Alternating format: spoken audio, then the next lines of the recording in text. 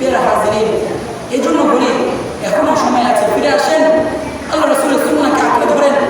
আল্লাহ সুবহানাহু ওয়া তাআলা আমাদেরকে এই কাল ওই কাল উভয় কালেই আমাদেরকে স্বাধীনতা দিবেন, রাজত্ব দিবেন। কারণ রাজত্ব তো আল্লাহ, কারণ আল্লাহ সুবহানাহু ওয়া তাআলা কোরআনে বলেছেন লিল্লাহি মুলকুস সামাওয়াতি ওয়াল আরদ, এই আসমান জমিন যা কিছু আছে সকল কিছু রাজত্ব একমাত্র আল্লাহর হাতে।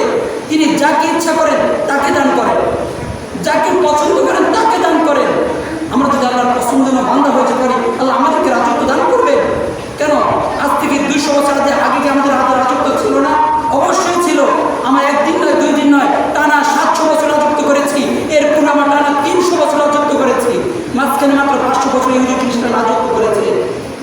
আমাদের হাতে রাষ্ট্র ছিল, আমাদের রাষ্ট্র তখনই দূর হয়ে গিয়েছে তখন আমরা কোরআন হাদিসের আলো থেকে, কোরআন সুন্নাহর বিধান থেকে দূরে সরে গিয়েছি।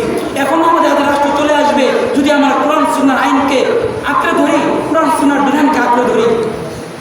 প্রিয় হাজিরিন, এজন্য বলি এখনো সময় আছে, ফিরে আসেন, আল্লাহ রাসূলের তরিকা অনুযায়ী জীবনযাপন করেন। আরে কেন করবেন না? যেই নবীটা প্রতিটা মুহূর্তে আমাদের কথা চিন্তা করেছেন, আমাদের চিন্তা করে কান্না করেছেন। প্রিয় হাজিরিন, উনি আমাদেরকে কতটা ভালোবাসেন, কতটা মহব্বত করেন, কতটা মহব্বত আমাদেরকে করেন যে মেরাজের রাত্রিতে আল্লাহর সাথে সাক্ষাৎ করেছেন। এই সাক্ষাতের মুহূর্ত নবী আমাদেরকে বলেন নাই।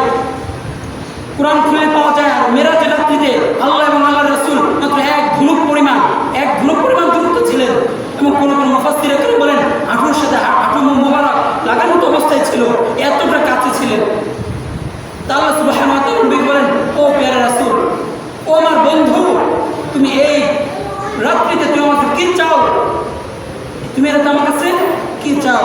আল্লাহ রাসূল বলেন, আল্লাহ আমি তোমার আমার উম্মতকে চাই, আর কিচ্ছু চাই না। আল্লাহ বলেন, এখানেও উম্মত?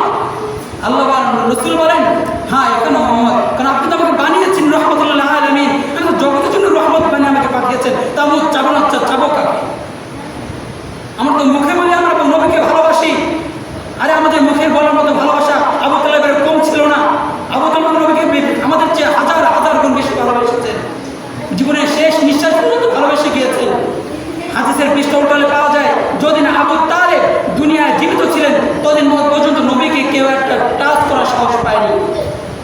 ইসলামের দাওয়াত দিয়েছেন কিন্তু কেউ কোনো কথা বলার সাহস পায়নি, একমাত্র আবু তালেবের জন্য এতটা ভালোবেসে গিয়েছেন। যখন আবু তালেবের মৃত্যু সন্নিকটে চলে আসার পর আল্লাহ রাসূল বলেন, চাচা কালিমা পড়েন। চাচা বলেন, না আমি কালিমা পড়বো না। নবী বললেন, তাহলে অন্তপক্ষে মাথাটা ঝোলান। মাথাও সে ঝোলায়নি। নবী, ঠিক আছে অন্তপক্ষে চুপ থাকেন, তুমি আল্লাহর কাছে বলতে পারি আমার চাচা চুপ ছিল, মানে আমার দলে সায় দিয়েছে, আমার কথায় সায় দিয়েছে, এজন্য চুপ ছিল।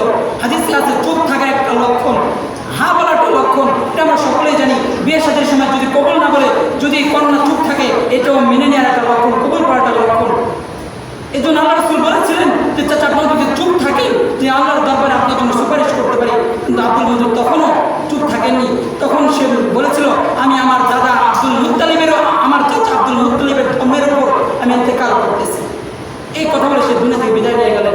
তখন আল্লাহ রাসূল বুক ফাটা চিৎকার দিয়ে বলেছিলেন, চাচা আপনি আমার জন্য কোনো একটা পথ রাখলেন না আপনার জন্য সুপারিশ করার, সমস্ত পথ বন্ধ করে দিয়ে গেলেন। এই জন্য বলে আমার আপনার চেয়ে বেশি ভালোবাসা আব্দুল মুত্তালিবের ছিল, কিন্তু সেও কিন্তু জাহান্নামে যাবে। অর্থাৎ মুখের ভালোবাসা দিয়ে নবীর সুন্নাহকে আঁকড়ে ধরা যাবে না, নবীর বিধানকে আঁকড়ে ধরা যাবে না। নবীর বিধানকে আঁকড়ে ধরতে হলে নবীর সুন্নাহকে আঁকড়ে ধরতে হবে, নবীর সুন্নাহকে নিজের ভিতরে ফিট করতে হবে। তাহলে নবীর প্রকৃত প্রেমিক পাওয়া যাবে, নবীর প্রকৃত আশিক পাওয়া যাবে।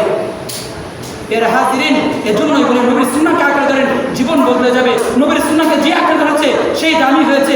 বেলাল একজন হাবশার মানুষ, কালো মানুষ, কুৎসিত মানুষ, তাকে কোনোদিন পছন্দ করে নাই। ইসলামের তুলে চলে এসেছে, ইসলামের আলোকে গ্রহণ করেছে, ইসলামের নামক এই বিধানকে যখন সাঁকড়ে ধরেছে, আল্লাহ তার মর্যাদা অনেক উঁচুতে উঠে দিয়েছেন। মেরাজের রাত্রিতে আল্লাহ সুবহানাহু ওয়া তাআলা যখন নবীকে জান্নাতের ভিতর দিয়ে নিয়ে যাচ্ছিলেন, তখন আল্লাহ রাসূল তার আগে একজনের পায়ের হাঁটার আওয়াজ পাচ্ছিলেন। আল্লাহ রাসূল সাল্লাল্লাহু আলাইহি ওয়াসাল্লাম জিবরাইল আমিনকে প্রশ্ন করলেন, হে জিবরাইল, সামনে যে হেঁটেছে তার এটা কার আওয়াজ, কার পায়ের আওয়াজ? জিবরাইল আমিন জবাবে বললেন, এটা আপনার প্রিয় সাহাবী বেলালের আওয়াজ। সুবহানাল্লাহ।